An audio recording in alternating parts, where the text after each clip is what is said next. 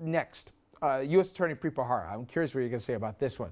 As we know, he's heading the probe into the governor's disbandment of the Moreland Commission, which the governor created to fight corruption in Albany. Now, Bharara recently sat down for an interview with Worth magazine and the editor, Richard Bradley, who asked him about his investigation surrounding the governor. And here's part of their exchange. Bradley said, "Your involvement prompted headlines like Cuomo versus Bharara, the Battle of New York. Is it a nerve-wracking to try and take on the governor?" Now, this is how Bharara chose to reply to this. "Those are silly headlines. Nothing's personal. I've also seen headlines say Preet Bharara versus the banks, Preet versus Jamie Dimon. We don't think of it that way." Bradley then followed, says, "But you're challenging the governor of the state of New York. That's a big deal." And again, this is how Bharara chose to reference it. We do a lot of things that are a big deal. We prosecute Al-Qaeda. We prosecute Cosa Nostra, the Latin Kings, the Bloods, and the Crips, the world's biggest Ponzi scheme ever. We're fearless, and we go wherever the facts and the law take us. It's an interesting company that he put the governor in here, that he's not afraid to go after. And he also uses the royal we. We are not afraid. We are pleased to see you. We are not amused. If he's going to enter the stage... Oh, he's already entered it, yeah. Well, he'll need some advice. Dominic, you could help him out here with how to present yourself. In the end, I think he's probably righter than wrong as to the way he, we, they approach cases. Well, forget the media. In the political kind of shanty, which you still traffic when you choose to put one foot in either one. Guilty. Was there surprise? This is a guy with political ambition. He's not running as a Republican when he does run for something, Mr. Bharara, that he chose such a public target and in such a public way to go after the governor. You know, if you get cynical about these things and you look back at history, the first time Rudy Giuliani... This from the guy saying, why did he release the book 3 weeks from the election? But go ahead, maybe I'm being cynical, fair enough. When Rudy Giuliani took his first political corruption swing, it was out of Republican Westchester County, a guy named Joe Pisani. He never did another Republican in the rest of his career. If Bharara is strategizing this, the fact that he's taking on a Democrat first doesn't do him any harm. But it's not just a Democrat, it's the governor. Give everybody credit. Give Governor Cuomo credit for telling the truth in his memoir. I did say that. Give Bharara credit for not lying about doing his job.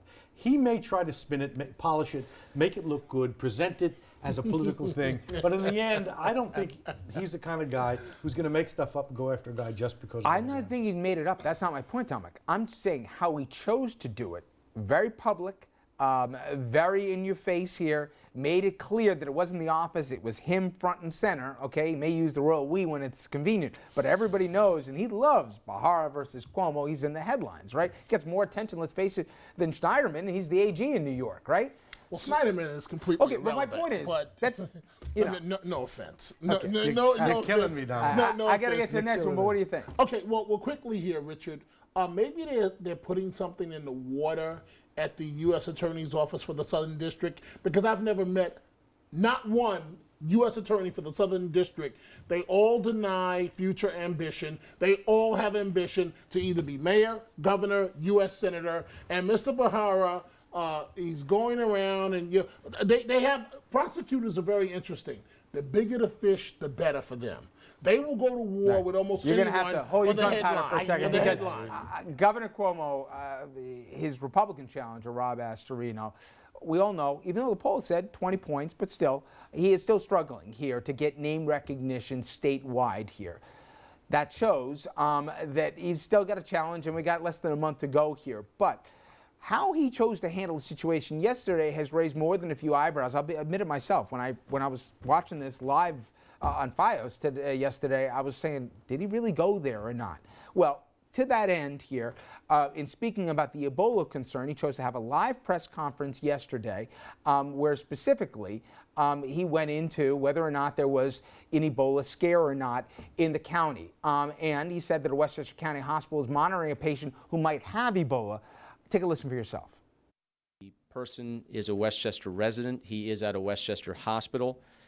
He was in isolation. They have done everything they're supposed to do. They have handled it properly. However, the risk is extraordinarily low, and I believe they're not even going to test for Ebola in this case. Okay.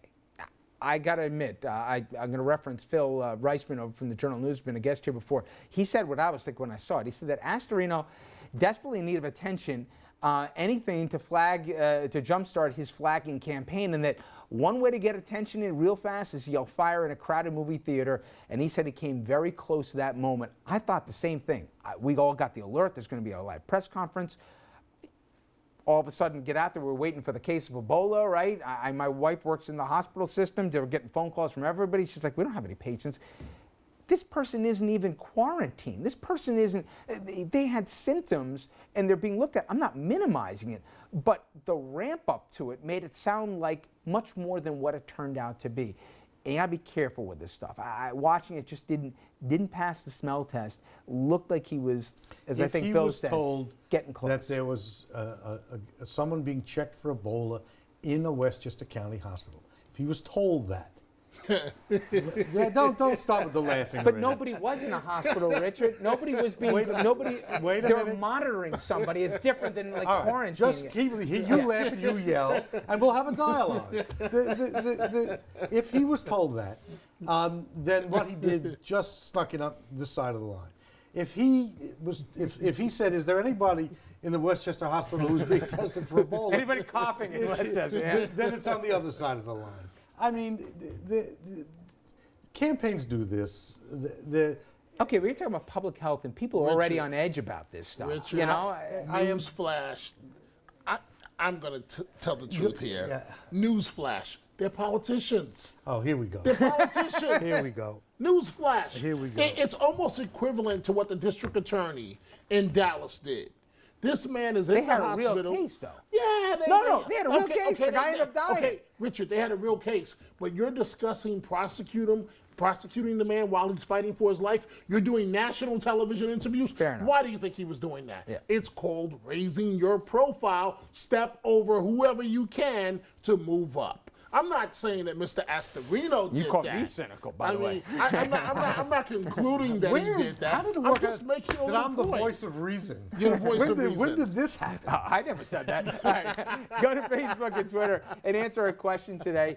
And we mentioned it before from Governor Cuomo, and Richard's already ready to type away this answer. Governor Cuomo made the point here that the media way too hard on politicians. What do you think? You agree with him? Or do you think we actually take it too easy on them? We'll get some of those comments in the mailbag segment coming up later. But when we come back, we will head to the city. The man near your screen, Sandy Rubenstein, he calls it quits. High-powered civil rights attorney. He will no longer be handling the Gardner case as he fights his own rape allegations levied against him. Reverend Sharpton says, hey, I was never really close to that guy here, but does history paint a different picture? I'll show you two competing comments. I'll let you decide.